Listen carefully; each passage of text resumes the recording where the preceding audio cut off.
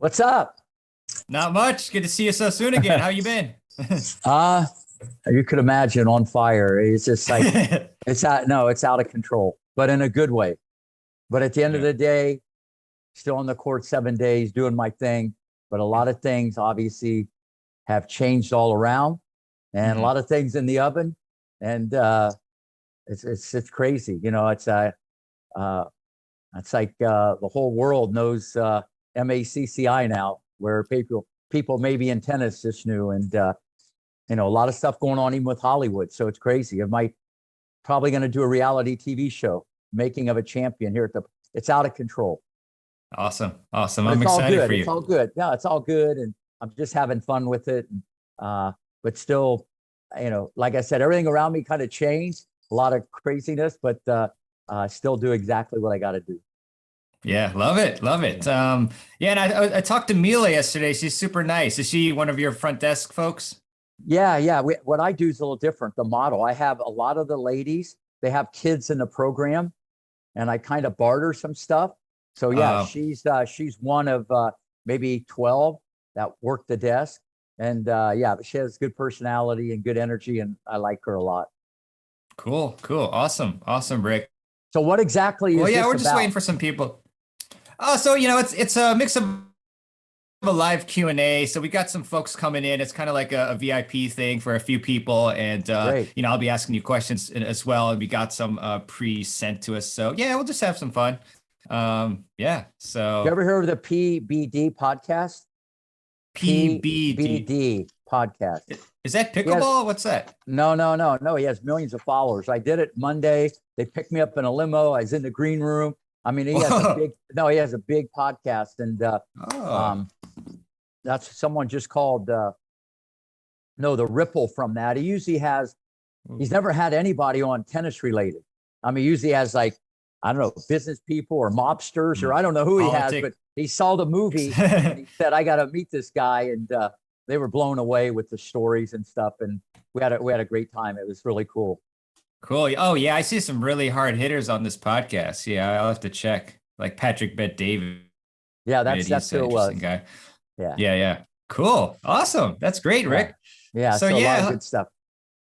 awesome. Yeah, congrats. Congrats. And Thanks. yeah, we've got a few people who are in here already, but yeah, just excited to have you on, Rick. Thanks so much for your time. And yeah, I wish I could be out there with you on the court over there at Boca Raton, but it's although I will be in Orlando, not too far away. Yeah, it's So about 3 hours. 3 hours, yeah, Yeah. not too bad. Not too bad. So I guess first off, I mean, a question for me is, what do you think the best piece of advice you've ever gotten that you can tell us club level tennis players that something that really hits home to you that you think can really help us go on toward a path of improving our game? Well, first off, that's a great question. And it's so simple, it's difficult. Too many times when club players play, they make it out to be like the Super Bowl, or they make it out to be something much bigger than what it is. And that's why most people, they play better when they play better people, because they don't put like self-induced pressure. And if you can like smile and have fun and then just enjoy the competition. I know that sounds benign and that sounds very vanilla, but it's so true, because as you start missing balls or you feel you're letting your partner down if you're playing doubles, you get all this anxiety. So I think the number one thing with club players is to stay relaxed and have fun. And it's the hardest thing to do, because they just so caught up on trying not to lose instead of just having fun and enjoying the competition. Even though that sounds like a simple thing to do, they let everything around them affect them. And that even happens at the pro level. Let's face it, who handles pressure the best and who can just focus on the competition is usually day in and day out the mentally strongest. I love that. Love that. Yeah. So yeah, and I just put a message, by the way. Oops, sorry, my alarm's going off. So you can put a question below or question in the chat box, and I'll ask Rick, or I can actually try to bring you on as well to do a face-to-face with Rick. So I see Christopher here on video. So I mean, I can bring you on, or anybody else if you want to ask a question. Just raise your hand, or let me see. Let's just say hi to See if I can bring you in here. Oops, that's the chat. Chat's up video, make host, rename. I'll have to figure this out. But in the meantime, let me ask one other question. Let me ask a question that I got from the pre-submitted one, which is, what is the best way to practice volleys at home alone or before heading to the court, Rick? Well, it really depends on the skill level. So, it depends where you're at in your skill level. I think everything should be focused on control and calmness. I could say, hit against the wall, but if you hit it too hard, that's going to be a little bit difficult. Everything should be always done in a progression. And I even teach like that, even when I'm putting something together biomechanically, whether it be serve or volley or whatever, I always do things in progressions. So you always want to start off slow, like you're going to catch it, then tap it. And then you can always bring up the intensity. Now, if you're playing doubles, because I think that's kind of where you're going with this, as most club players play more doubles. Yeah. Having an aggressive attitude or just having an attitude that I want the ball, that might trump the technical part of the volley, just having someone who's a little bit more aggressive. But the biggest problem on the volley is people don't keep their hands in front. People swing at it because they feel they have a lot of time. But the best way to practice it is always think of it as a control shot. And this is the problem I have even with a lot of teachers. They do a lot of drills where all they're doing is focusing on putting the ball away, which I'm not saying is bad. That's kind of the icing on the cake. But the volley is a controlled shot. It's a placement shot. Then once you got that down, then it's a put away shot. So I would say always practice at targets. I like people to practice a lot of drop volleys simply because, not that it's a tough shot or a tougher shot, it promotes calmness, feel, touch, but the nervous system. It really pumps the brakes and get people to calm down. Because let's face it, most people miss volleys and overheads mainly because they're excited, not because they don't have that good a skill. Excellent. Yeah, thanks for that advice. I'm going to read from the chat. So, hey, Jamie says, my pros constantly tell me to practice deep volleys, but then I get into matches, singles or doubles, and I'm way too nice in where I put the volleys, then I'm screwed. I wonder why. Why is it that you are too nice? Is it that you just do you get nervous and you don't just put it in the right place, or is it just like you feel like it's more social and that's why you're not hitting it where you want to? But you want to practice how you play in matches. Oh, sorry, I missed the question. Actually, there are a lot of questions here. My chat box is too small. So Neil asks for you, Rick, obviously, how do you find the sweet spot for being relaxed on the forehand? I am often too tight, and when I relax, I get sloppy and slappy. Yeah, well, first off, I'd have to actually see the stroke, and I don't really like, because it's not one size fits all, but he kind of covered both ends of the spectrum. So I was going to tell him to loosen the grip, but he already beat me to it because he says then when he relaxes, he gets too sloppy, but let me just talk biomechanics. The power starts from the ground up. Tennis shots are hit with rotation. The leg comes up, the hip turns, the shoulder turns. Now, you don't want to turn into the Tin Man, okay? But then again, you don't want to play with just your arm. So it's a tricky thing, and that's why I'd almost have to see it, because the body is the car and the racket's the passenger. So the first thing I'd say, if you can't find the sweet spot, is I drop the ball and just hit it. Then I'd have someone hand feed you. Then I'd have a basket. Then I'd have a hitting partner, and go through the progressions. So that's a tricky question because he's already covered both ends. I'm either too tight or too loose. Now, there could be a medley of things I could say. Keep your head still and look through the back of the strings. I would just have to see the stroke, just to see what was disconnecting. Is he opening up too soon? Is he not using the ground correctly? That's a very complex question. But I think if you're too tight, you should always loosen your grip up or even put your hand down. And if you're too loose, you should kind of control the follow through and just let the bigger muscles bring the racket through the contact point. Got it. Love that. Thanks, Rick. And again, excellent, Neil. If any of you want to ask your question, you can just unmute yourself and just, Yeah. And plus, if they want to follow up to the question, because the more I know what's in their head, or Yeah. exactly what they've tried or haven't tried, then I can expedite the learning curve and throw more stuff out, and there'll be more meat on the bone. Because I'm kind of have to go on the surface because I can't see the stroke. But if I saw his stroke in 20 seconds, I could even give him more substantive, correction. Neil, go ahead. So Mervyn, I can get a racket. I can show if that's helpful. Yeah. That's helpful. But let me just be right back. Sure. See, I'm a versatile guy. Everything goes here, right?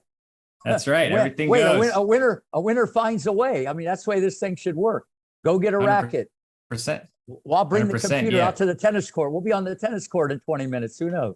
Yeah, I bet you got strong Wi-Fi at the Rick Macci Tennis Academy. So yeah, we got everything streaming live now with these PTT tournaments. So yeah, the Wi-Fi is crazy now. That's really good. So we do streaming live stuff. Nice. So you asked, if I go, I bring the racket back and then swing through. Racket back, swing through. The challenge is I find when the ball, that looks great. When the ball is coming, I see on video, I start to do this. And I almost shovel the ball like this when I'm actually facing a hitting partner. So I can do shadow strokes all day like this, get on the court, and it turns into this. And then when I tell myself to relax, I loosen up, and then I end up just doing this kind of stuff here.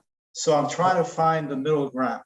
Okay, well, first off, just by you doing that, it's a game changer for me to be able to see what you just did. Obviously, you're letting pressure dictate your ability because your practice swing, you were in the neighborhood. I actually like your practice swing. I'm not saying it's like Federer or Djokovic, but the way you just did your stroke was great. But then what you said happened, okay, that's all being dictated by pressure, slowing the racket down, so on and so forth. But what I recommend is this. After you hit the ball, look through the back of the string. See, this is something I coined like 30 years ago. I know people tell you to keep your head still. If you can see the back of the strings after you hit, it auto corrects the body. It keeps you locked into contact longer. Okay. That would be the first thing, because when you demonstrated, your head didn't shift. But then when you did the other way, okay, you were already pulled out. Your everything was going to the left too soon. So I would look through the strings, number one, but I would do number two. I would make my racket. See, I use the follow through as a corrective technique. A lot of people think in golf and tennis, the follow through makes the ball go somewhere. And that is a fallacy. That's not true. The follow through is a corrective technique. I'll explain that in a second. Or the follow through can prevent injury. Okay. So the follow through has nothing to do with where the ball goes, because from a science point of view, you've made contact and the ball's gone. So if you think about it in those terms, hey, Rick, you're right. Because people that you have a much better technique, but they make every shot because they're set, they're balanced, and they know the angle of the racket, because the angle of the racket is the leader in the clubhouse when hitting the ball. So what I would do is two things. I would look through the strings after contact, hard to do. Listen, I've had people become number one in the world. They couldn't do this. And I've had other people who their parents are engineers. How funny is this?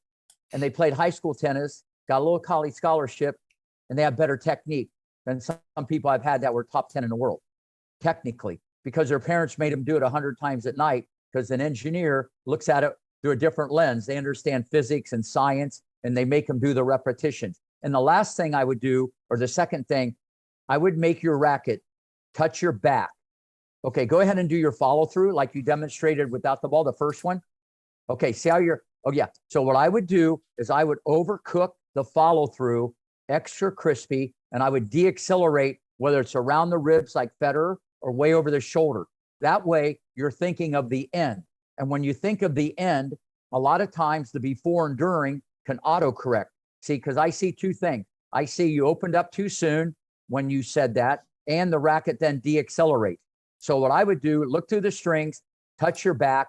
I guarantee your forehand will be so much better. And if you wouldn't have got a racket, we wouldn't be having this conversation. Well, thank you. This is great. No, you have no idea. This is going to help so much. Okay. And you can even shoot me an email and just tell me what a difference it is. The problem is, because you have more experience than the kids. Most kids don't listen to me. They do. They hear me, but they don't listen. Hopefully you heard me and you're going to listen, and then you can report back and we'll have another discussion. Well, at 3:30, I'm going out to the court to hand feed myself and practice that. So okay. Well, I get up at 3:30 in the morning, so we'll circle back around in 12 hours. Right. So, but doesn't looking through the strings force you to take your head up? No. Because you look through the strings. No. Wait. Okay. You're when you make contact. I'm sorry. See, that's why I need you to say that, because he misinterpreted. When you make contact, see the strings go by. So your head, your eyes should be down. Yeah. You'll see people. You'll see Federer do this. It looks like he's looking through the strings. It's really. Yeah. I don't think anybody told him that. See, I've been telling people not to move their head for 40 years, and it just doesn't work all the time. Okay, especially on the forehand, because people get excited and they're hitting shoulders way back here and you open up too soon. But when I started saying this thing of looking through the back of the strings, I found out, and this is all researched, the last 4 milliseconds, people are into the contact longer, and every single person, whether it be a 7-year-old kid starting out, the number one 12-year-old in Florida, or Riley Opelka, it doesn't matter. They all say the same thing. I'm with the ball longer. I feel more solid. Everything feels more stable. Okay, this is what I get back from the player. This isn't something like I cooked up or brought Dr. Brian Gordon. I always use the player and then take that analysis and come up with how I would try to help someone. So don't just see the strings pass by. It's the hardest thing to do in tennis. Some people, I tell them after contact, look back at the parking lot, look back at the clubhouse. I really do this on a one-handed slice, because with the club player on the one-handed slice, everybody opens up too soon. The coach says, stay sideways. When I tell them to look backwards, they go, oh my God. And this is 5 minutes. Then I tell them the lesson's over. And so instead of giving them an hour lesson, it's only 5 minutes. Hey, it's all about the results at this point. Yeah, but it's the hardest thing to do because it's not natural. But these corrective techniques, and I probably have more, I don't want to say like gimmicks, or they're corrective techniques that it's a medley or a smorgasbord or a whole cafeteria of things that it might work for you. Then I'll go to something else. I'll go to something else. You know, there's because people learn differently. But just to read a book and tell people, here's how to do the slice, that's never worked, because everybody brings habits and issues, and the art of coaching is how to figure out what works for you. That's why I'm glad you got your racket. I'm glad you got your racket. I'm very glad I got my racket. The only final point is that I'm always worried. If I keep my head on the ground, I've tried that. I then worry that I'm going to miss seeing the ball hit the opponent's racket. No, that's okay. And then I'll be here like this, like a statue. And then it's like, oh my God, the ball's going back over there. Okay, well, if that's the case, then you can call me back and we'll start working on footwork, split step, anticipation. I'll get your butt moving for the next ball. I think you got to worry about A before B, because what you just said, look, B doesn't matter. We got to do A first. And no, you don't want to stay there forever and order a pizza. Right. I mean, you're going to stay there but it's only for you're only there for a short period of time. And you don't need to worry about the next ball yet. Get that sensation, bake it in extra crispy, get that feeling. So you're already worried about the next shot. And see, this is why people don't learn. That's a good point, but you're not going to stay there for too long. And there's a guy named Federer that does this, and he's ready for the next shot. So he has a lot of potential, and he's pretty good. So I would look what he does. That would be my take. So.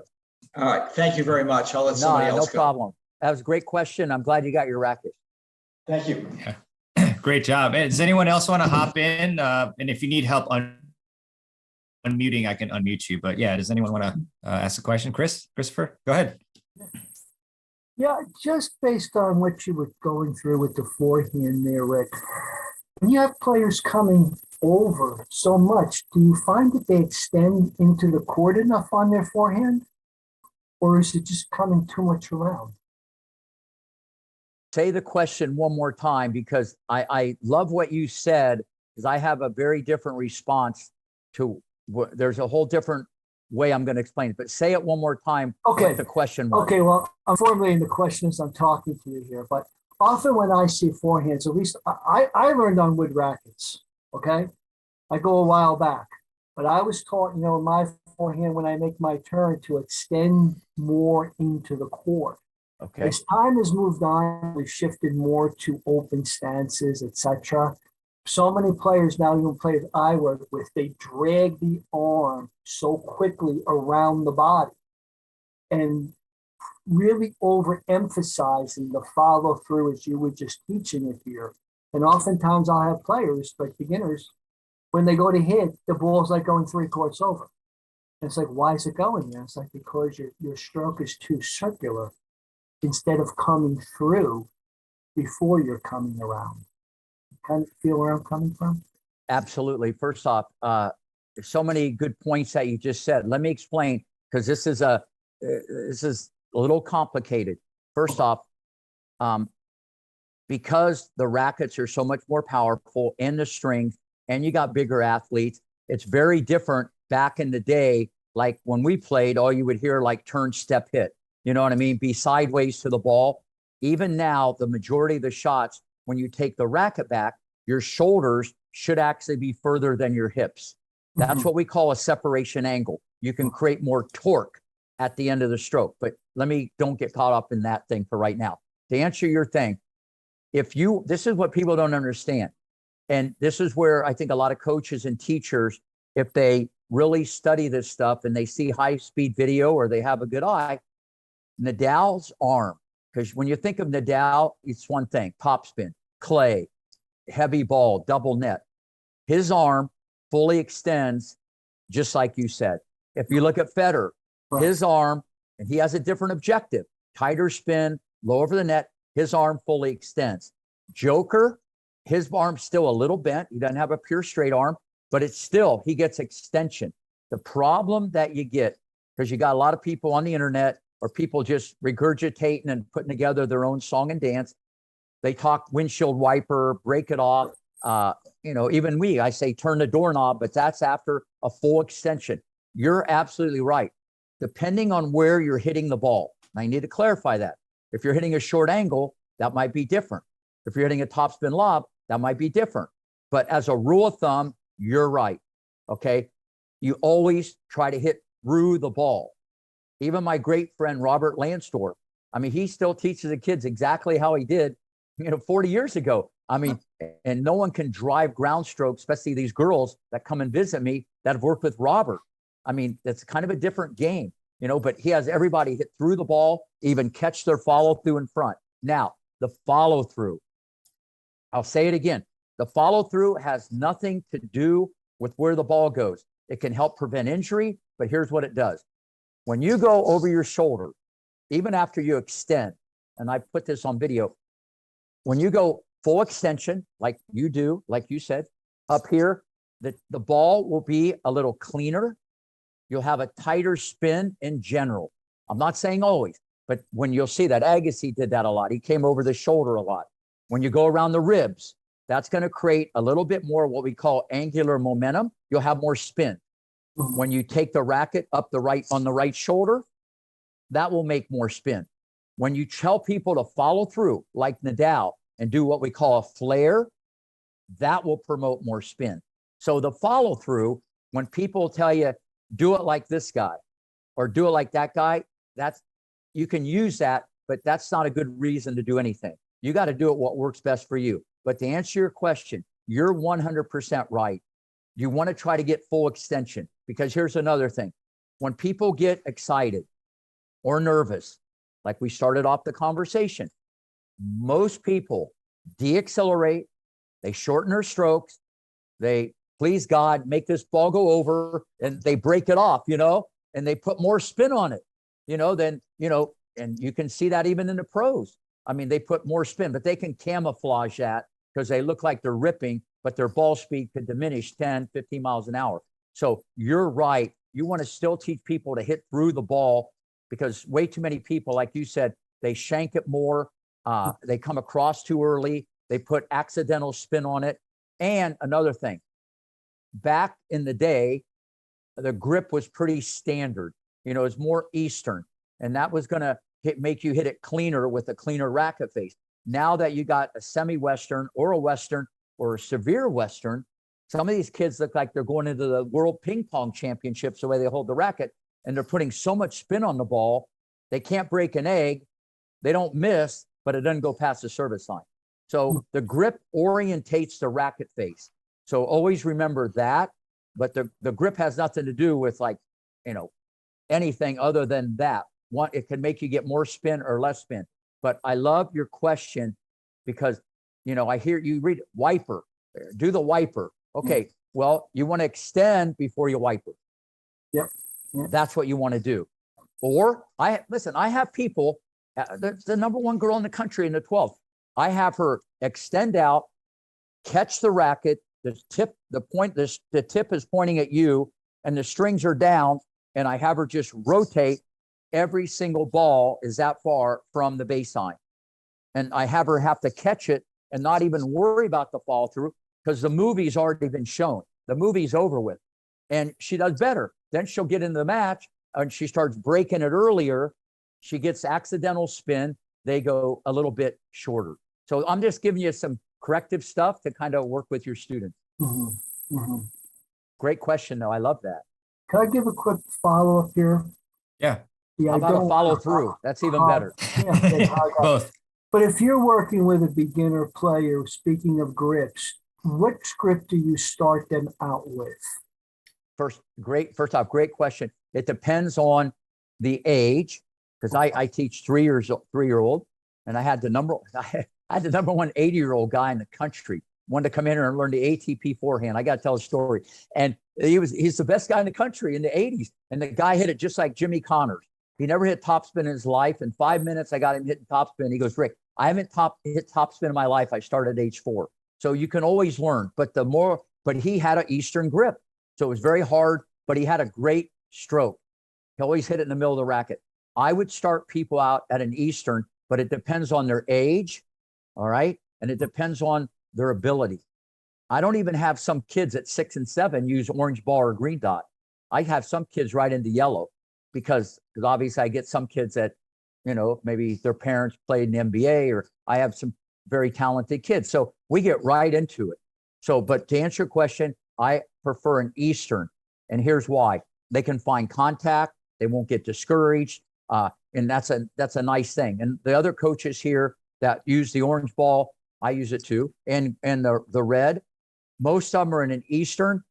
They would maybe go to a semi-Western, never a Western, even though I had, you know, Roddick, Tommy Ho, I could go on many people, but their hands were like lightning in a bottle and they could get the racket through. So that went into my decision, but I did move both Roddick and Tommy a little bit because they were way under. But great question. Definitely an Eastern. The problem is the kids are weak. They put their hand underneath, as everybody knows, the elbow's in, and they can make it. And the balls are up in their face. So they're just fighting the ball off, because the parent wants to see the ball go over the net. And so does the kid. And that's the worst thing in the world. You know, it's not where you start, it's where you finish. It's all about depth and feeling what it's like you said in the beginning, hitting through the ball and getting depth for free. Well, my final thing, because I don't want to hog this. With pure beginners, do you find it better to have them play for a period of time before you even introduce them to the court? First off, another great question.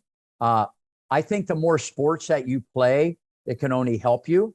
If you have a pure beginner, depends on if they're 4 or they're 8 or 12, that's different. I didn't pick up a racket till I was 12. And at 18, and I never had a lesson. And at 18, I was number 1 in the Ohio Valley and I was self-taught.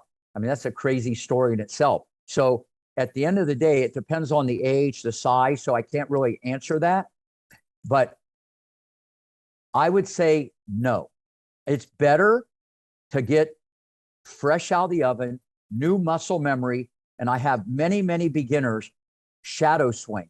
The problem with that, they got to shadow swing correctly. You don't want to be going home and doing 100 the wrong way. So the parent, that's why I go back to the engineer. The engineer parents, it was crazy. And I'm going, why couldn't I had this one hit their forehand like that? I mean, they were amazing. They looked great and played bad. They wouldn't compete and die to win a point, but they look good, you know? So the point I'm trying to get at is I don't think they should play, but when you say beginner, it could be a 35-year-old lady. I don't know what age you're talking about. So they got to play, but when you play, you can learn how not to lose, you know, instead of trying to win. Because what I tell everybody at a young age, besides your attitude, the only thing you got control over is your mechanics, how you hold the racket, how you take it back, and how someone's teaching you. You know, I see the same mistakes on Venus, Serena, Capriati. Well, she didn't have a lot. Capriati, Moschina, Sharapova, Christian Ruud, Krima Lamy, all these people that I taught. I see the same exact hole, even though it's smaller, as I see on the Pro Tour when they play, or other people, whether it be Madison Keys or Opelka. So, but it's smaller. So the cards you're dealt at a young age, this is what people don't understand. That wasn't done overnight. It's hard to change muscle memory, and it's hard to reprogram the reflexes. So shadows, it's like karate. If you ever did, not that I do karate, even though the serves like karate, at karate, they do these things for a year before they go in competition. Right. And then when they go in competition, they're not out there flailing. They're ha, ha, ha. You know, I got the ha down. I don't know how to do the movement, but so I agree with the movement. I would shadow swing, and then you incorporate the ball, hand feed, then basket feed, then a hitter, and you go through the progression. So people want to do the finish line. I don't think they should go into playing, even though that might go against what USTA thinks and other people. I've done this more than anybody, and the strokes that I put on some of these kids, size doesn't matter. They can hit an ATP forehand. They can hit an ATP backhand. I can put their serve together. Now, if I put it on somebody who has a great work ethic and good genes, you know, good things can happen down the road. But I think the practice swings and, you know, the technical part is the main thing when the kids are young. But you got to make it fun, because if it's like a root canal, they won't want to do it. That's the art of coaching. Right. Make the root canal fun. That's really hard. Yeah, that's real hard. Give him some candy. That wouldn't work. So Jamie, do you want to hop on and ask your question or questions in person? Do you want to? Yeah, I'm going to ask a different question, actually. Okay. So I'm Jamie. Hi, Jamie. 35 years old. I play at the historic Germantown Cricket Club, which you may have heard of. We're awesome. I started playing at 8, but I think when I was a child, all of the coaches saw that I was tiny and didn't try. I also think. Wait. You didn't try, or they didn't try? They didn't try. I spent 10 years in instruction, and I could not make my private school JV team. Year after year after year, I was on third team in the woods because they didn't teach me how to play matches. I had Robert Fisher, who's a fool, teaching me the Pete Sampras forehand, and I still don't know why I needed a Pete Sampras forehand when I was 10 years old. Still don't. So at 2016, I came back to Germantown. I threw everything out. And for the past 5 years, I've rebuilt my foundation. I'm still losing nearly every USTA match I play, but I've rebuilt my foundation. My technique, for the most part, is not my problem. I go into matches, I'm like, I'm hitting fine. I'm just losing. I'm not reacting well. I'm not anticipating well. I'm not making good decisions. I think that's really the heart of where I get stuck. And I'm curious if you have any thoughts on what to do next to try to fix that. Well, once again, you know, I can give my advice and comment. If I saw it live and in color, like you just play a couple games, then I could definitely do reconstructive surgery on you without messing around with your stroke. I could just, you know, what you just said, I'm glad you feel better about your strokes. Okay. But I don't know how you're handling pressure, if you're making it out to be a big thing. When you said anticipation, are you pretty quick and fast? Because if you're not, usually if people aren't super tall, they should be pretty quick and fast. Would you feel your movement? I'm told that once I start moving, I'm fairly fast. I react slow. So sometimes I don't even see it quick enough to make a move. Okay. Now I got it. Okay. I got it. I got the answer. Okay. here's what you got to do. Anticipation comes in all shapes and sizes. And let me go down this medley. Okay, you hit the ball. The first thing you should be watching is where your ball lands. That's number one. Okay, got to remember this. You got to see where your ball lands. That's going to give you an indication or a blueprint what maybe could be coming next. Now, I know that depends on who's over there. If it's Federer, it don't matter where you hit it, probably what's coming next isn't going to be that nice. So, but to look where your ball lands, always. You're probably not doing that. Number two, see how your opponent is running to the ball. Are they running like a squirrel? Okay, that means like really scurrying. Are they running there very comfortable? Okay, so that gives you an indication also. Usually if someone's going really fast, they're probably going to have to play percentage and bring it back where you hit it. They're not going to change the direction of the ball. And number three, because this doesn't lie, the angle of the racket. Okay, you always want to look at the angle of the racket. So probably what's doing, you're hitting the ball, you're thinking mission's accomplished, and then they hit the next ball and you're not split stepping at the right time. And then like you're late to the party, but once you start running, your makeup speed is good. So your coach is saying, once you get going, everything is good. So to me, this goes way back. You got to see where your ball lands. And that's kind of a subconscious thing. You don't have to get up on your tiptoes. I don't know how tall you are. I'm sure you can look over the net. You don't have to say, oh, there's the ball. Or then you see how they run, and then you see their racket. And that's how I tell people to get better movement. The best way to get quicker and faster is to get smarter. Okay. And those are the three golden tips: where your ball lands, how your opponent's running, okay, and the angle of the racket. Then pass tendencies. Listen, there's not a lot of options.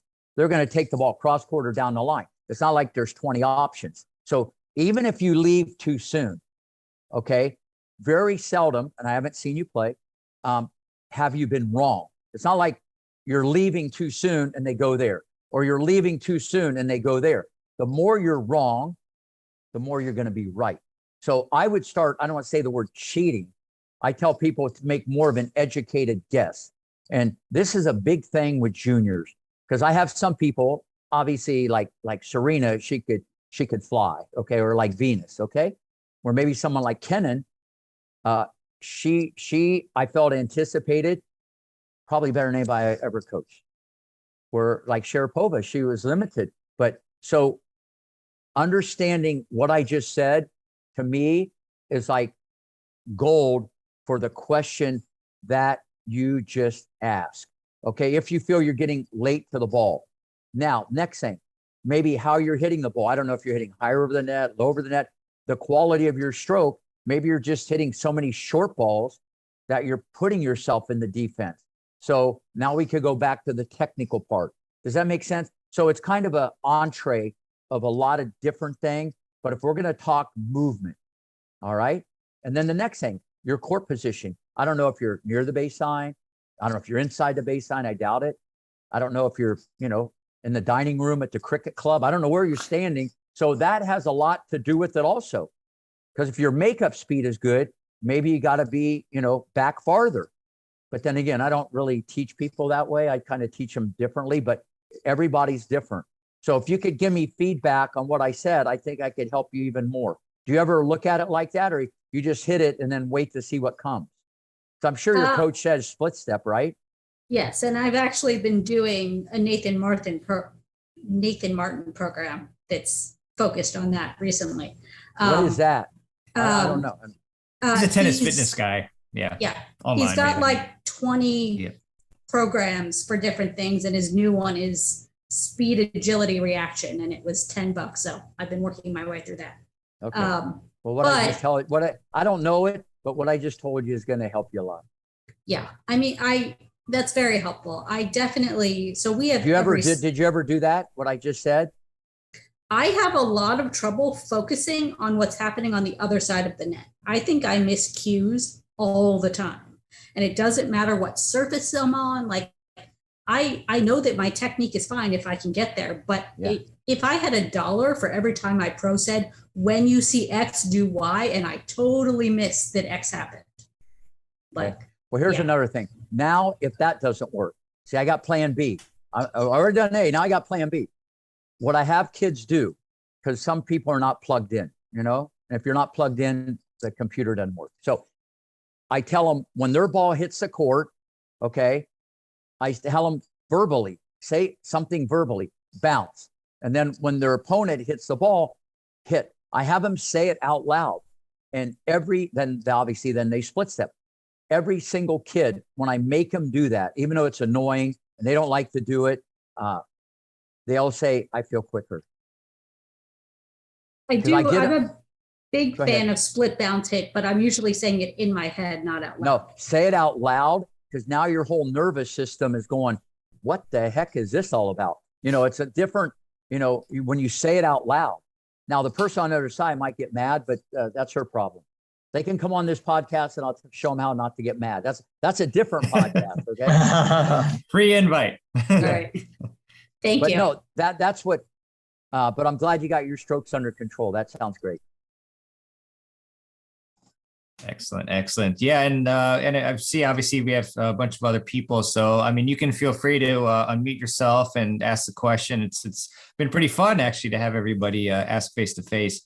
So Christopher, I saw that you had a question earlier, and you asked, why is it easier for me to return a 100-mile-per-hour serve versus a 50-mile-per-hour serve? Do you want to expand upon that at all, Christopher?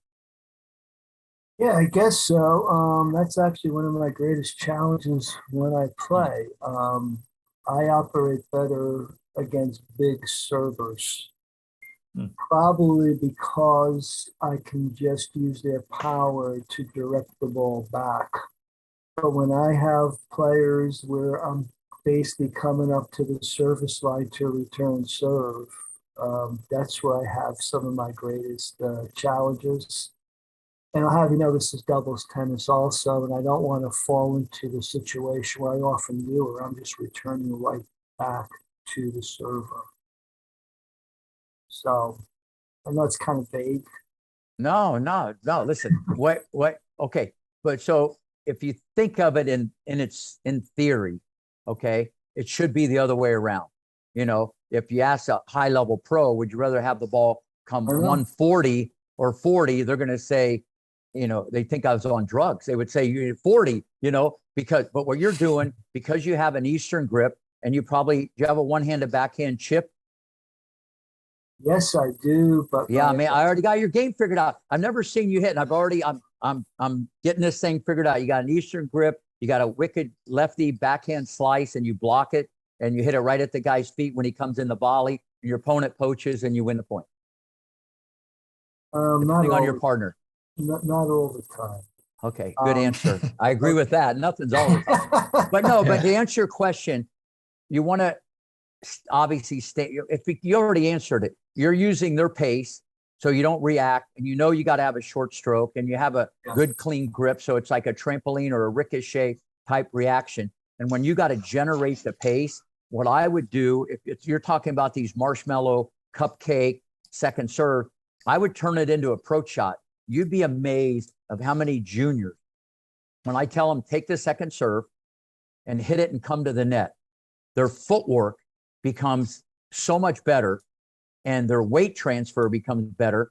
And then the quality of the production, the quality of their shots better, where they don't even get a volley because I'm actually making them take the second serve and come to the net. So if it's that bad a second serve, or I don't even know if it's the first serve, turn it into an approach shot.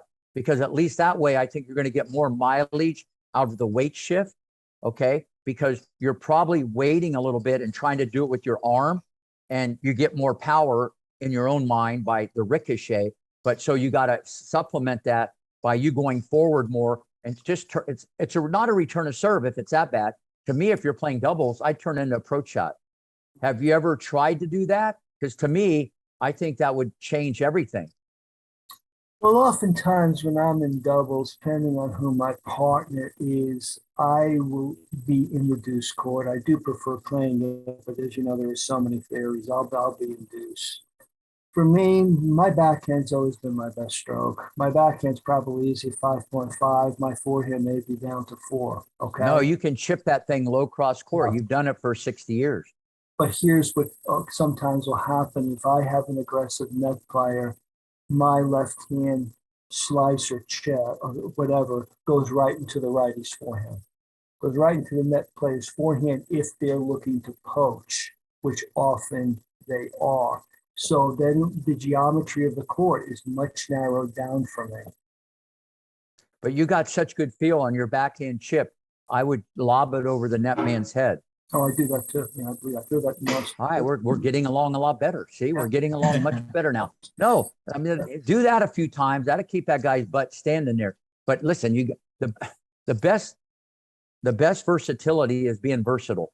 You know, you got to use your chip return over the net man's head, unless you're coming over it or unless you're hitting it early. But they're gonna poach every time because it's to your backhand, and that's one of the reasons why maybe. I don't know if you ever play the other side, because most lefties play the other side, the ad side, you know, so that you're just inviting someone to poach. But then again, if I was coaching you, I would have you do more chip lobs over the person's head. Now you guys got control of the net, and I think good things would happen. Mhm. Right? Stand even closer because you got good hand-eye coordination and you own the chip. Don't stand in the same place you have the last 20 years.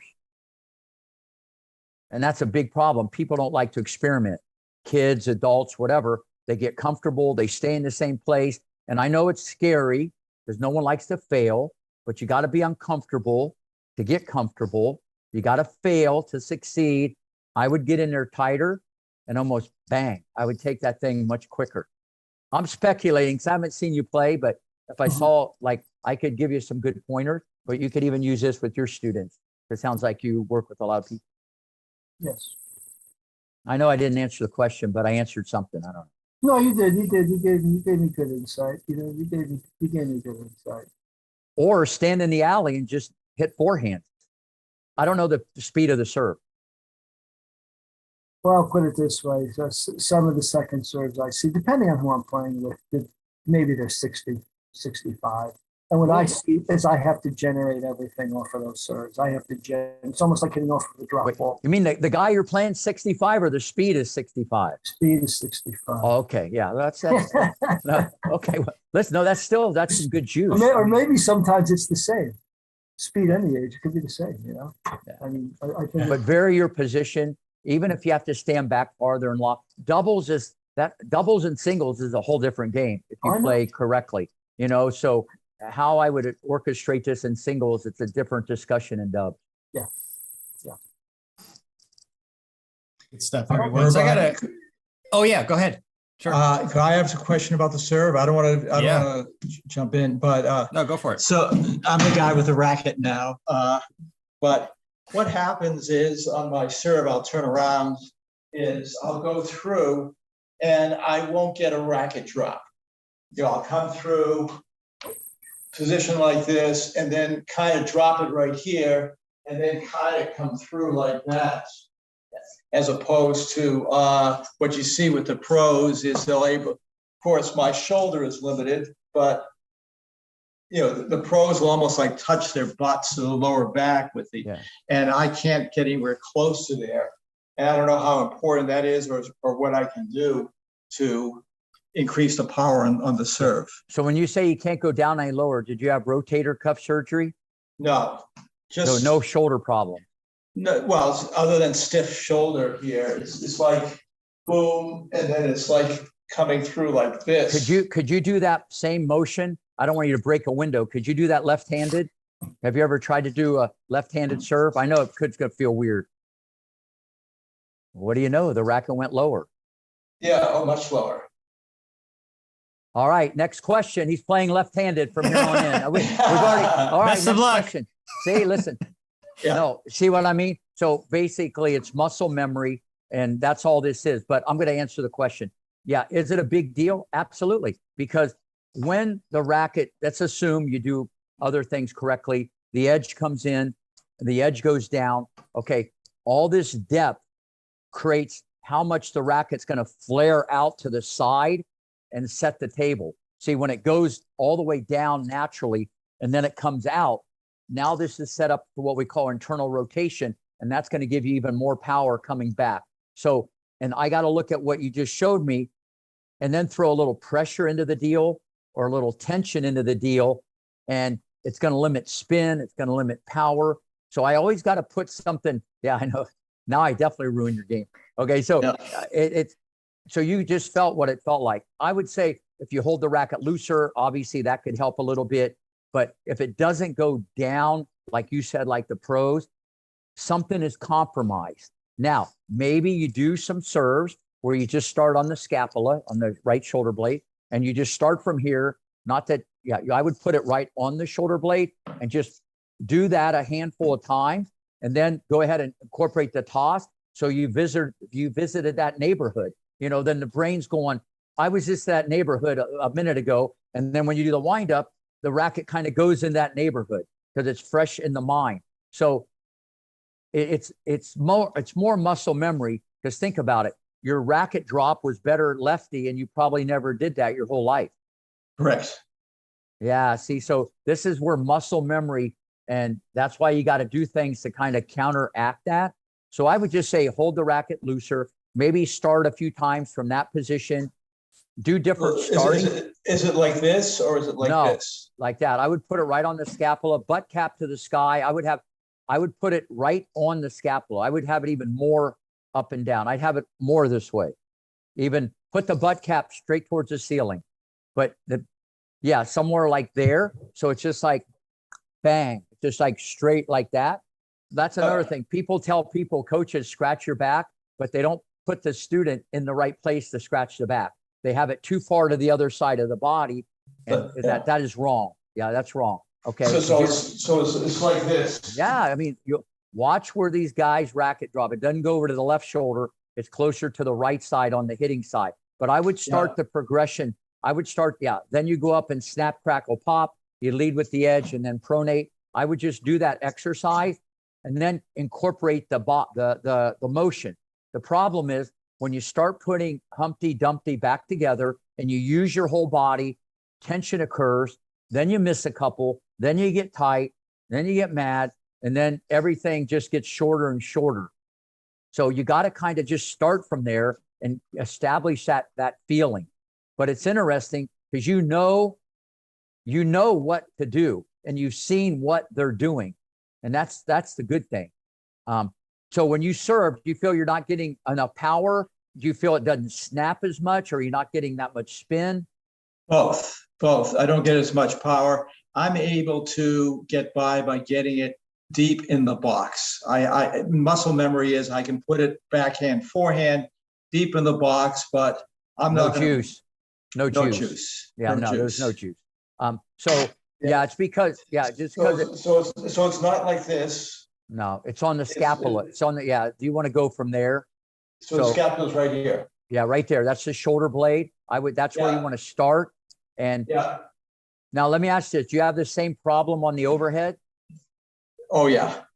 I knew that wasn't going to be I knew that was going to be There's a difference between and because that's the moment of truth, and everybody freaks out because they want to kill it. And I tell people on the overhead, I have so many people right when they hit it, I have them laugh or smile, and they do it better. Yep. If they don't, they usually cry. There's a fine line between all that. I have them laugh, and their racket relaxes. But who wants to laugh when they hit an overhead? You know what I mean? Right. It's like you've done all this stuff to set the table, and you want to just terminate, and usually terminate yourself. That's the problem. Yeah. So, but they're kind of similar. But the overhead people try too hard. So I don't know if it's your grip pressure. Once again, I got the picture, and that's what I would recommend. And I rewire the motor system. I do it in a progression. You might even hit it harder doing that because your wind up, your knee bend, the power position, all this could also be creating tension. I don't know. Yeah. Show me your wind up. No, listen, even with the four, you look good. Okay. You know what's going on, even though your legs should have went before the racket. That's a whole nother podcast. You don't want me to go off on that thing. So your leg, I got to explain this because I can't let this go. Leg drive. When you serve, do you bend your knees? I try to, yes. Okay. Do you jump? I know, try to. I try a little bit. Okay. Like My dunking days are over, Rick. Yeah, so I know that. I know that feeling with Mr. Meniscus. We Yeah. parted ways about 10 years ago. So, Hate that guy. okay, leg drive. Even if you're coming off the ground a little bit, the leg drive initiates your racket speed. Let me just explain this. I think this is important, even though this is heavy duty biomechanics. Most of the girls on the tour do this wrong, even if they won Grand Slams. Okay, even the great Venus does it wrong. Okay, so watch this. Most of the guys do it right. A lot of the girls do it correctly. When you go back and you get into the power position, like you showed me, shoulder, shoulder, elbow. Okay, you got in that position. More weights on your back foot. Now, see where your racket is?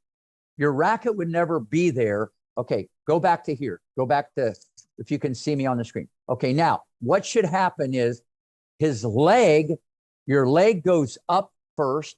This is the kinetic chain. The leg comes up, the hip turns, the shoulder turns. Wait a minute. Okay, got to go back. Go back to here. Okay, the racket, I'm going to demonstrate this sitting down. Watch it. Pretend my leg comes up, my hip turns, my shoulder. Watch it. See, my racket didn't move.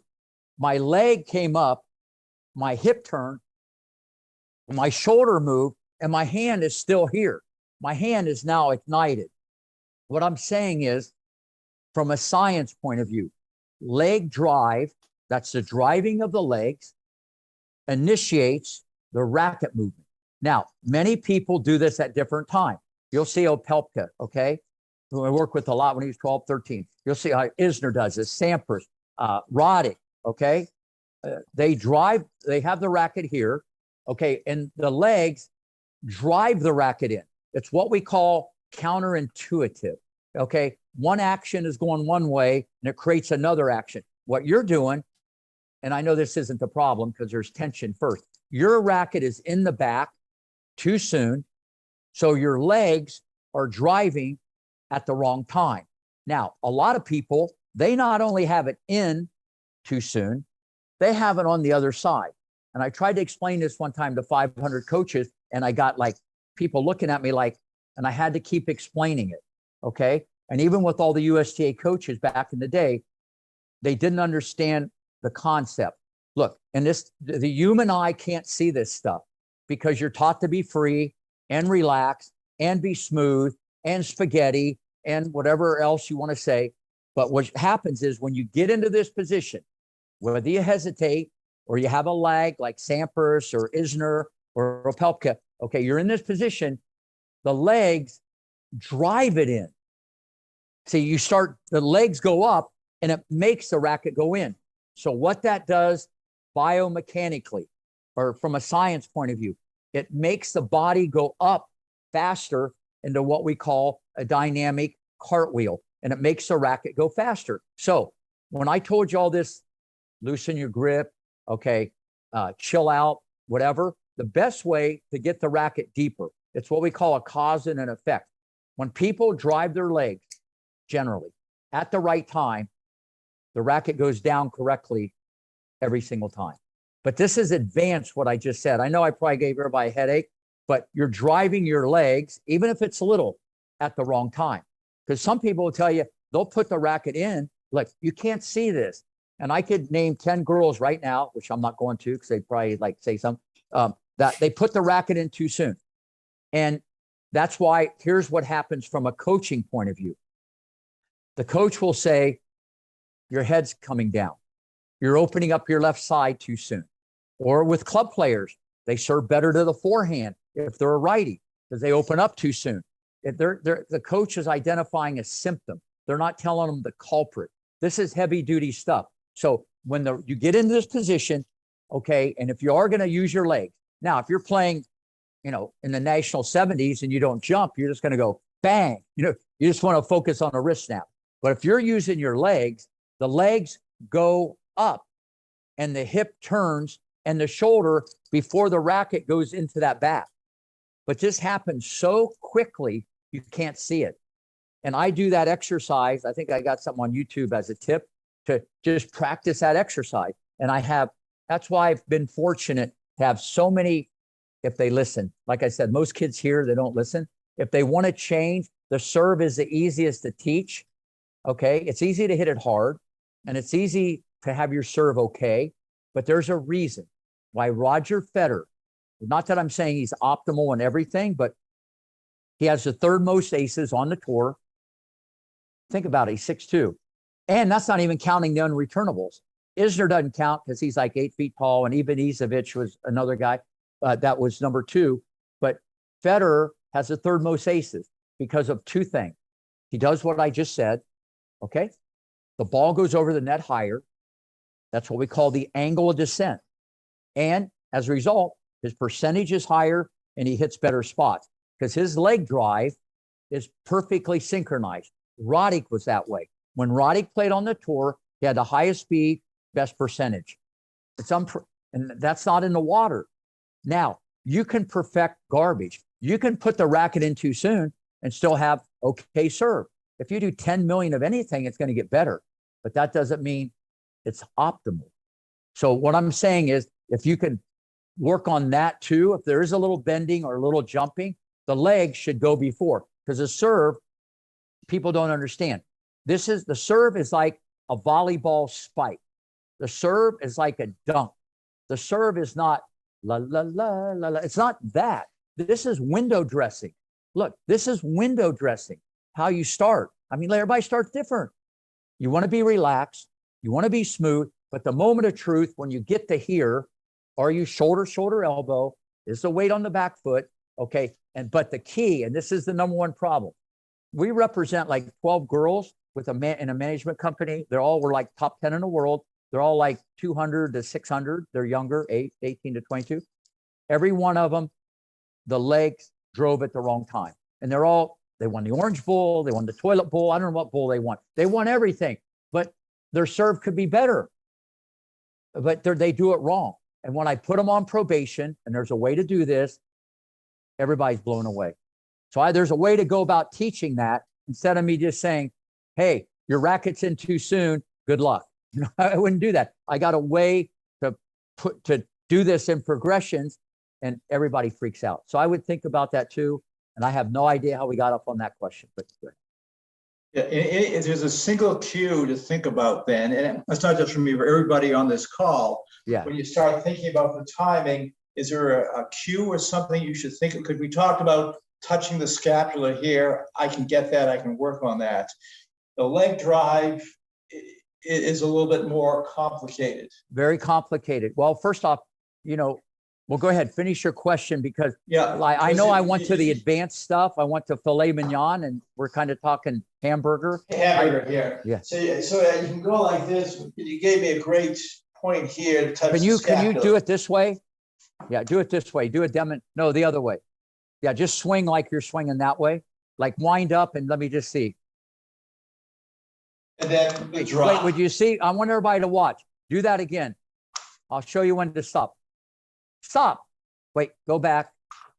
Just like the kids, they all hear, they don't listen. Come on, go back. Stop.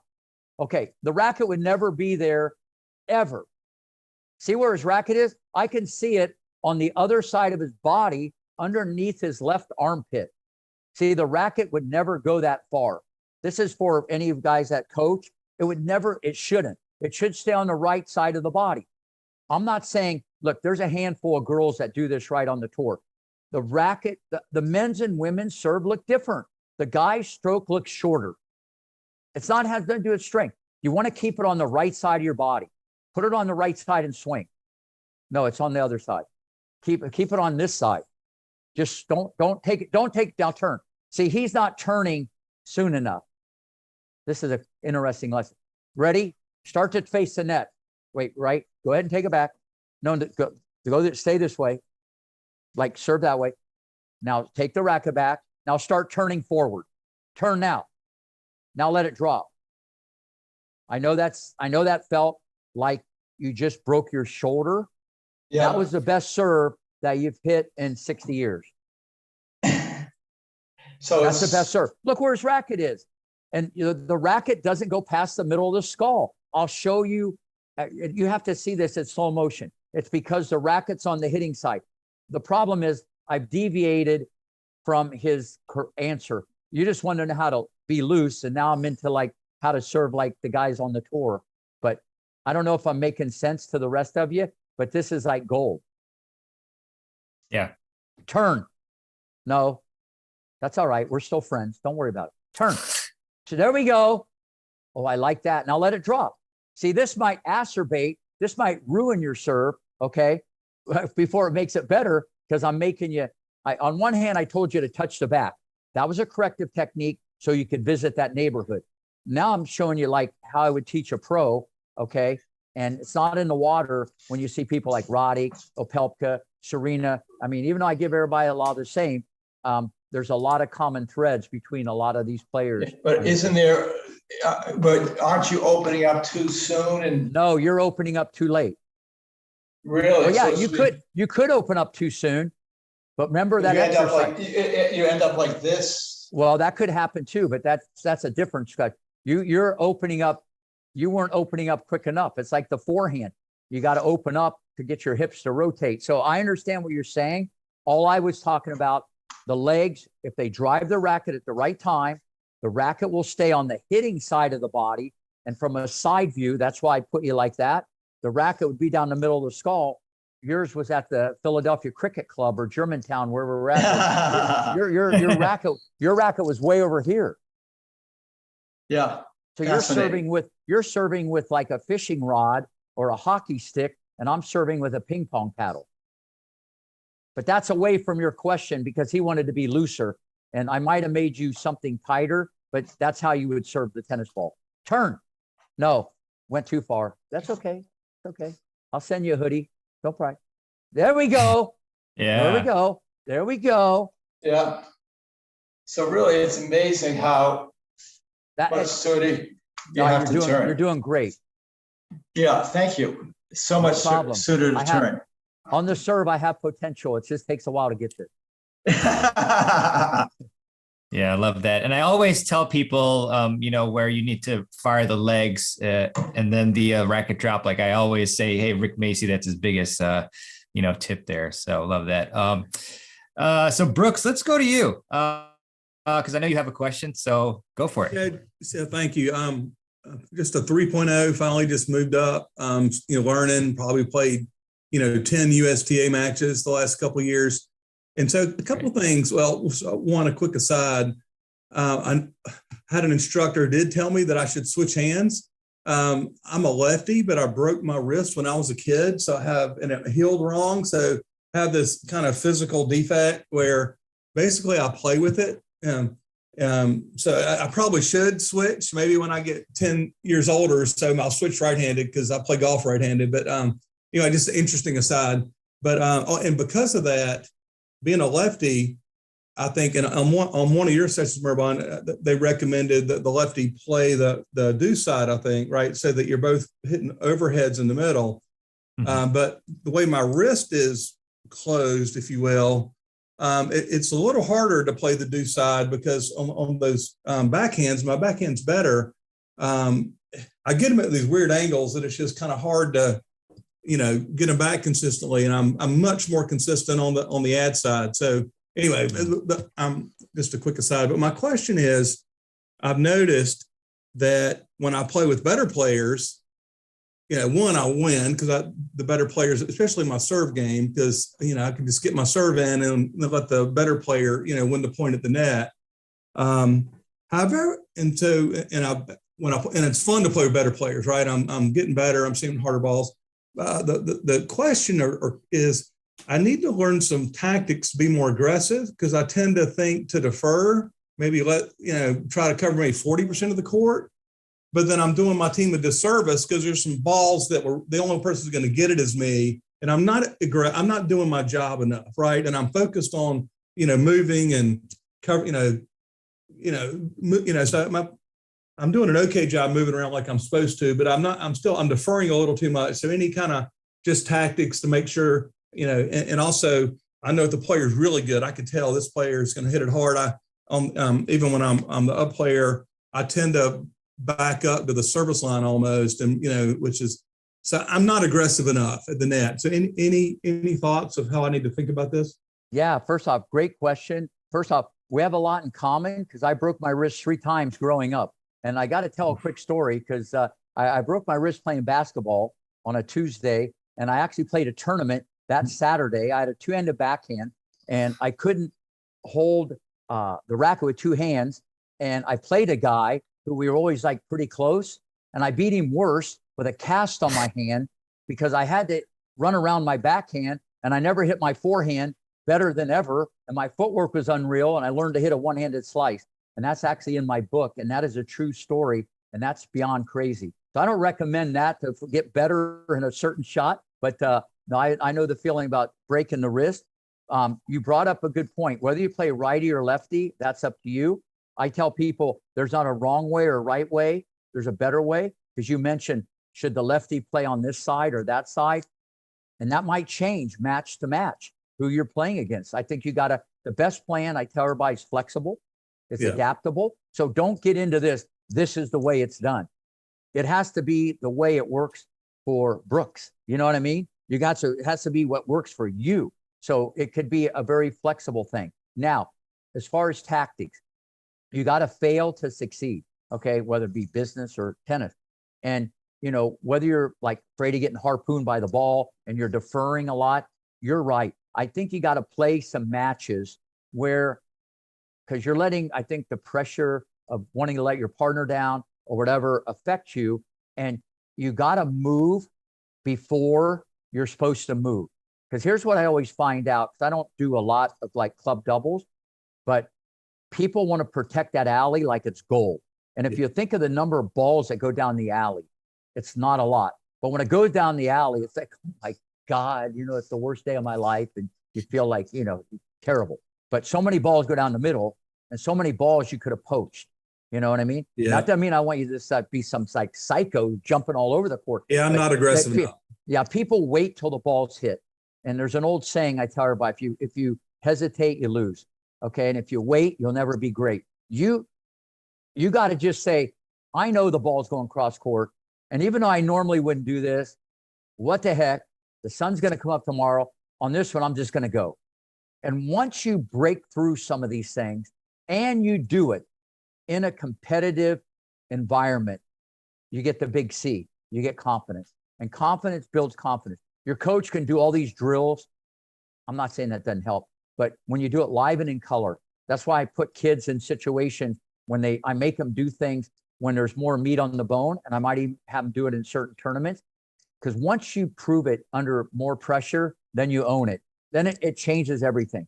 So that would be my advice. I don't know about righty and lefty. I'd have to see video and I could give a recommendation, because what might make your forehand better this way might make your backhand worse the other way.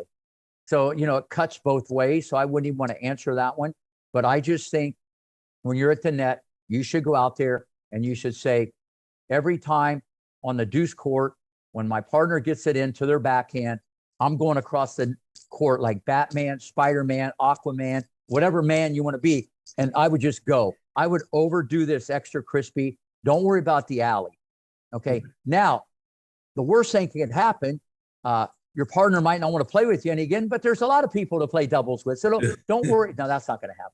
But you're doing by not moving, and this is what I told everybody. Venus and Serena, they really didn't know how to play doubles, but they knew how to fight.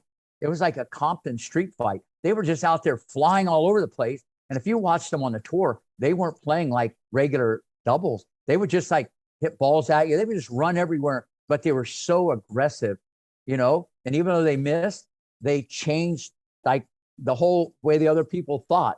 So that would be the only advice I could get. I know that's vanilla, and I like to give more substance answer, but I'd have to see kind of what's going on. And you can't feel embarrassed or bad about missing, because the people who strike out the most in baseball, okay, have the most hits probably, okay, and the people that miss the most shots in basketball, they've tried the most. And I'm getting a fair number of volleys back, but I'm definitely not quite playing my position, right? Because I'm leaving too much of the middle open. I'm definitely not aggressive as far as poaching. So you guys ever change your position, or you've been in the same position for the last 10 years? I mean, you could do Australian. You ever try standing in the middle of the court? Okay. I mean, it could confuse everybody. just that alone might take 20 minutes. Like, what's this guy doing?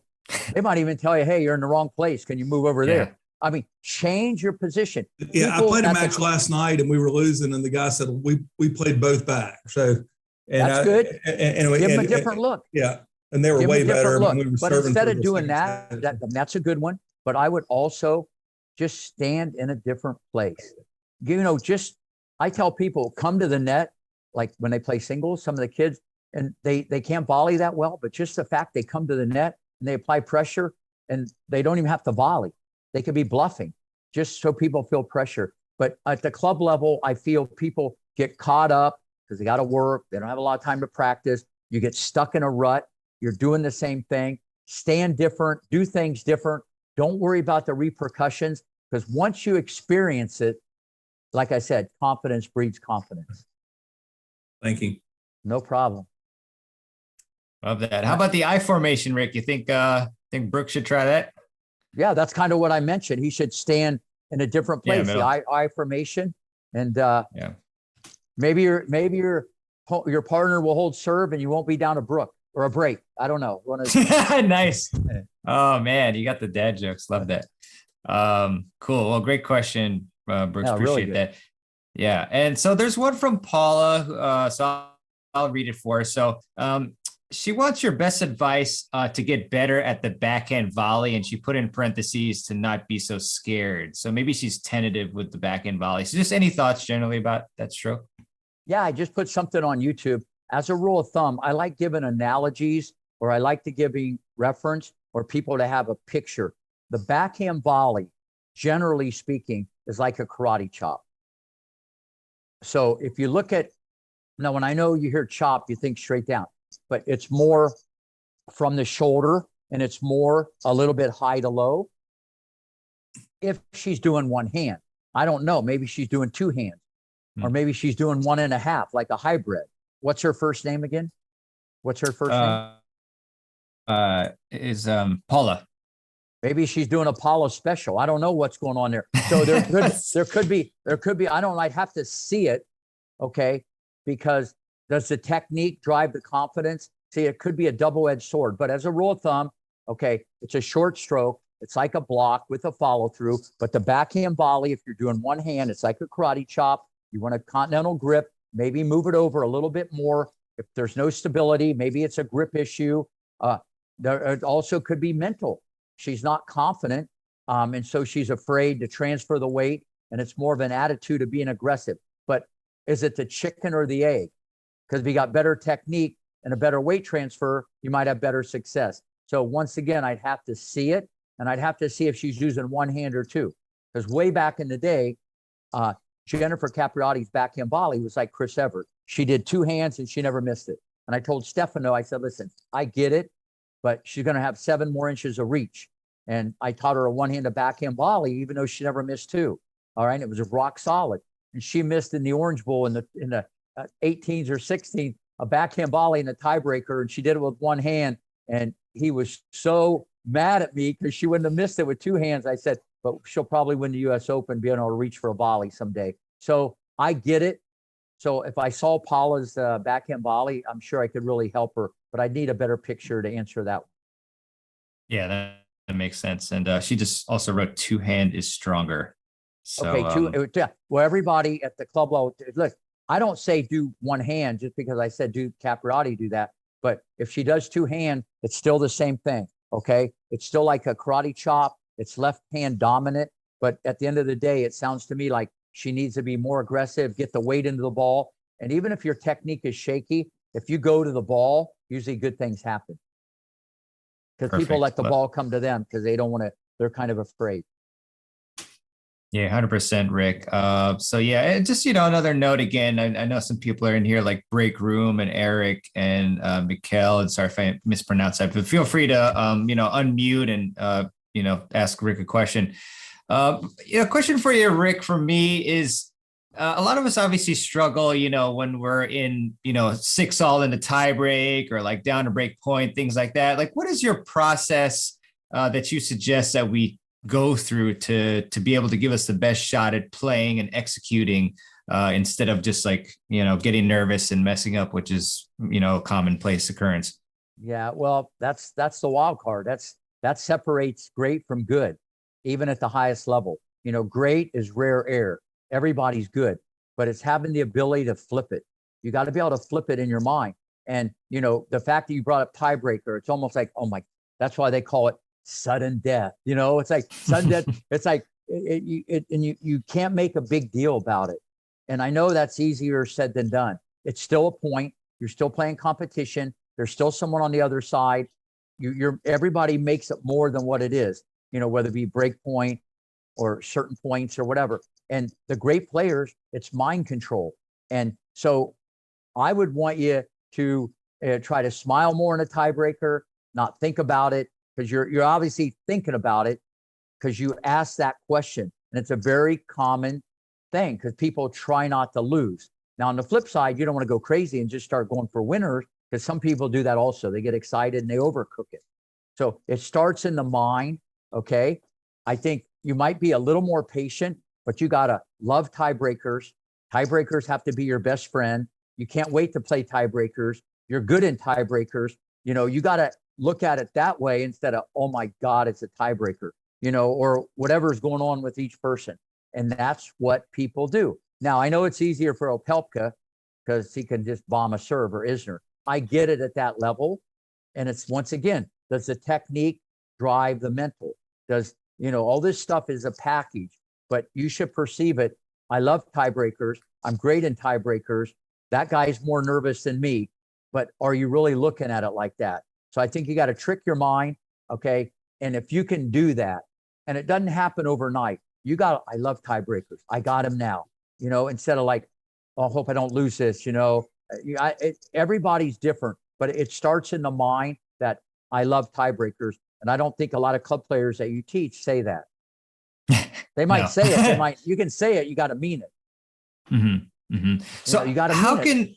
Yeah, 100%. And yeah, I guess that's the challenge. I mean, that's the biggest. So thing. Is it possible to do that? Is it just like tricking the mind? Like, let's say we've lost the last 6 tiebreakers. Like, is it still possible for us to just every day tell ourselves that we like tiebreakers and that we're good at it, and then it'll come about even regardless of the past history?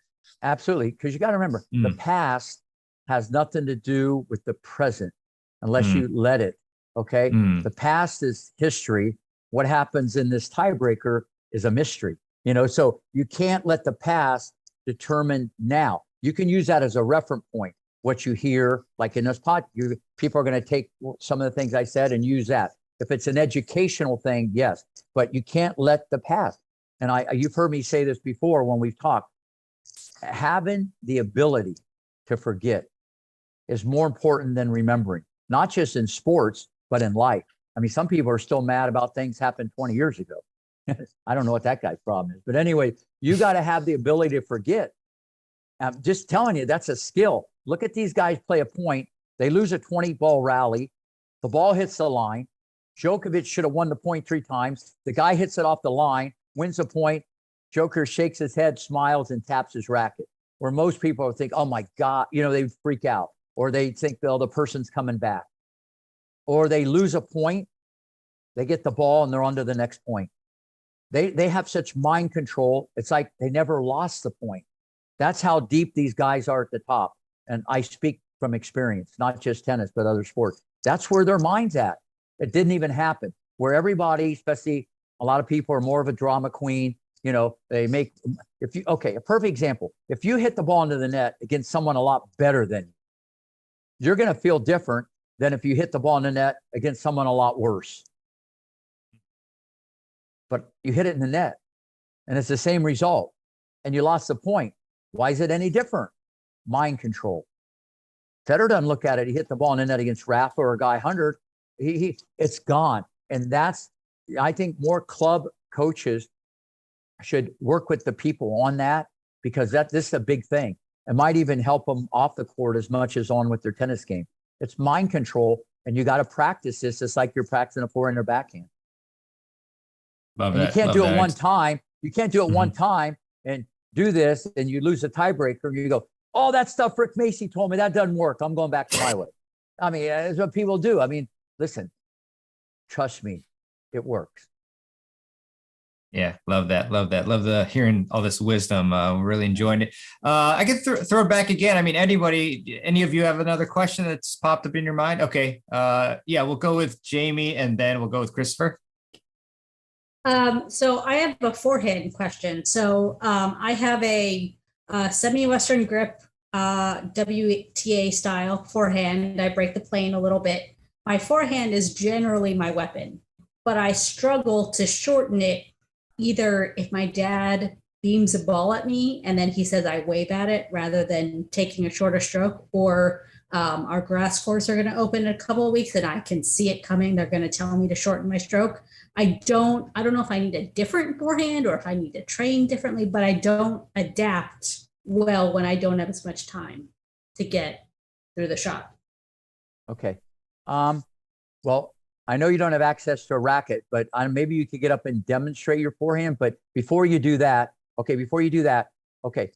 just the fact that you have a WTA forehand, which I'm not saying is bad. I mean, listen, Kenan has many people I taught.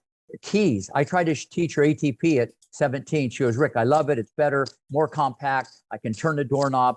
I'm 17. I can't change. I get it. But when she gets nervous, she shoots missiles all over the court. So I'm just saying, when you have a semicircular swing coming around your body, as a rule of thumb, it takes longer. Now you go on fast indoor or you go on grass. Time is of the essence. So that becomes a little bit more of an issue. Then picking up on the ball, then your split step, then the speed of the ball. So all these things then have to be managed by the technique, because the technique can have something to do with this. So for me to really answer the question, okay, that's why I teach everybody, if they want, more of the ATP stroke forehand, because it's shorter and it's faster. For someone to tell you, shorten your stroke, great tip. But that's not what the ATP is. It's shorter and faster. That's a whole different deal because of the way it's set up. So if you could demonstrate your forehand, I'd love to take a look at it. This is a versatile show. We're just like doing everything. Yeah, you're the man.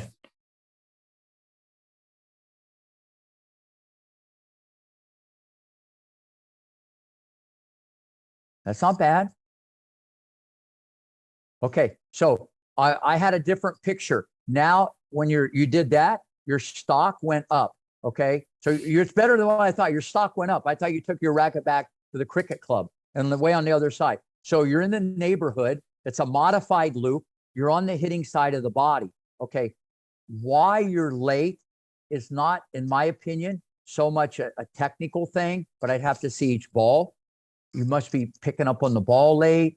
You know, you must be split stepping late. You're not turning quick enough. But I would recommend, like, when the ball comes to you, do you feel you normally go back to the ball, or do you feel you hit off your back foot a lot? Or I know it's situational. Because I'm short, I actually really try not to get pushed back as much as possible. But like I said, I do think I read late what's going on. And so I have less time than I should to get behind the ball. Wait, say that one more time, what you just said. I think I react to the ball late constantly. And so I think that I have less time to get behind the ball than I should in general. Yeah, another thing, and when you look at things differently, you're not short. You're just not as tall as Opelka, who I've mentioned his name 3 times. So you got a low center of gravity. You're compact. You're quick. You're fast. You got to look at everything as an asset instead of the other way around. But that being said, it must be just you picking up on the ball. All right. Now, when you play, do you take the ball off the bounce, or do you play kind of behind a baseline and play with more topspin? I'm just curious your style of play, because that can go into my answer also. I like to play with a lot of variety. I look at a Kasatkina or a Kenan. You know, I try to have every shot in the book. And, you know, if I'm on grass, I'm going to play a little more slice. If I'm on red, I'm going to play a little more heavy topspin. But I try to be behind. Are you near the baseline? Like, are you like on the baseline, 5 feet, 10 feet behind the baseline? Like where's your court position? About a foot behind the baseline. Okay. Yeah, it has to be a reaction because it looks like you're trying to play the ball. I actually like your stroke. I like the way you demonstrated your stroke. It has to be picking up on the ball. So I go back to what we said earlier, okay, because this all goes hand in hand maybe now. See where your ball lands, see how the dude's running, see the angle of the racket, time your split step, so you're just more ready. So I think you got to do the verbal stuff I said, but I think it's more the recognition because I actually like your stroke. I like your stroke. That has to be it because if you're constantly, or you could be afraid to hit the ball. Do you like to hit it hard or are you like afraid? No, I like cracking forehands. That's fun. Okay. Okay, good. I like that attitude. Wait, listen, when anything's fun, you're always going to do it better. Always remember that. Anything. And fun is what you make it. Always remember that. Yeah, 100%. So maybe we can sneak, I don't know if we have time, Rick, but if we do, we'll sneak in Chris's question. What do you think? Wait, where's Chris? Oh, Christopher, yeah. I was just checking if you have time. Yeah, I got time. So Okay, cool. Wait, I got my cat's right here and he expects me to get him something to eat, but I told him he has to hold on. Just hold on. Go. Perfect. Go ahead, Christopher. I like that. Perfect. You got that? Perfect. You got it. Quick for your cat over here. Quick question, Rick, regarding the serve and the kinetic chain, okay? And with the concept of jumping, I've contended that players don't jump. It's the force of their legs pushing on the court that eventually may leave their feet to break contact with the court. Okay.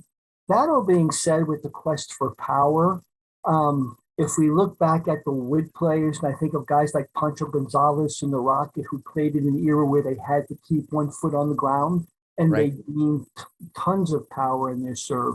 When you begin teaching someone to serve, do you begin focusing on the lower body or on the arm? Listen, I'm glad we got this question in.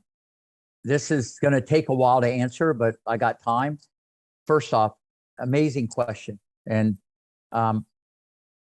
okay, it's not one size fits all. First off, I want everybody to be fluid, because if you're not fluid and have a natural throwing motion, there's going to be something compromised. So you got to make sure upstairs is relaxed, okay? Because like I said earlier on his serve, I was talking about something and it could have made him a little tighter, okay? But you got to get the natural throwing motion, okay? Left side, right side, and you got to make sure there's fluidity like a knife through butter. So that's number one. Now, what you just said is 100% spot on. And I've had some people push back at me because I talk about jumping a lot or using the legs a lot, but I do this backwards. I reverse engineer how I teach serving, okay? I tell people, and you're right, you don't tell people to jump. And I actually explain this in the lessons. I said, if I put this in an article, people would probably think I'm on drugs or I lost my mind, because I do it backwards. You don't try to jump. You use the ground. Whatever happens, if you use it correctly, you'll come off the ground. That will elevate you, so on and so forth. But 99% of the people, especially kids, the leg drive is initiated at the wrong time. So I think if we look, because you coach, how many people in your lifetime that you coach have you said their legs came off the ground too soon? Never. Okay. Now, if you look at some of the guys serve, they're off the ground prior to hitting the ball. And I'm just telling you, and if you look at a lot of the other people, it's not like that a lot of time, because they do this back. The sequencing of movements is wrong. So what I tell people to do, and this is heavy duty, I mean, it's very advanced. I tell people to jump too soon. Okay. I tell them to jump and hit it in the air, and they still can't do it. Because see, I'm trying to get the vertical component. Vertical is this way, linear is that way, okay? I try to get them to go up and almost like spike the ball like volleyball. I work with the number 2 junior in the world, and I tried to have him jump backwards because he was so far forward, leaning into the court. I had him jump backwards. He couldn't do it, but he kept trying to go backwards. I finally got him vertical. In 15 minutes, I got his serve 12 miles faster because he was already a great player. My point is this. It depends on the age. When people are like 60, 70, 80, the legs might not become that big a deal. I work on pronation, wrist snap, and just trying to pop the corners. But if people want to learn the whole enchilada, then I teach them how the legs are involved in this. But almost all these people that I work with on the serve, I get them to come that much higher off the ground where they might be coming that high. And they just because of the way I explain it. And it's a different way. I put the feet together, left foot net post, right foot parallel, heel into the arch. I start them in this position. I have them shoulder, shoulder, elbow. I have them jump and then hit the ball. So they're doing a dunk. See, what I'm explaining right now on this podcast is so advanced, no one's going to kind of understand it. Because this is from 40 years of being on the court and figuring this stuff out. Besides working with Dr. Brian Gordon, who did his whole thesis on biomechanics and how to explain it and expedite the learning curve. But the way you said it initially, you don't try to jump, you're right. And here I am saying, I want you to jump too soon. See, I'm doing it backwards because I'm trying to get in every single person. Let's just say 100,000. They've all said the same thing. I'm reaching higher. I feel I'm on top of the ball. The ball's going over the net higher. Now, this is from the student. This isn't me trying to sell a used car to someone. Try this. This is from the student over the test of time. Okay. So I don't know if I've answered the question.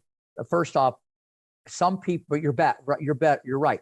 As people got bigger and stronger and taller and the technology, people found out and science has shown that the legs should drive the racket.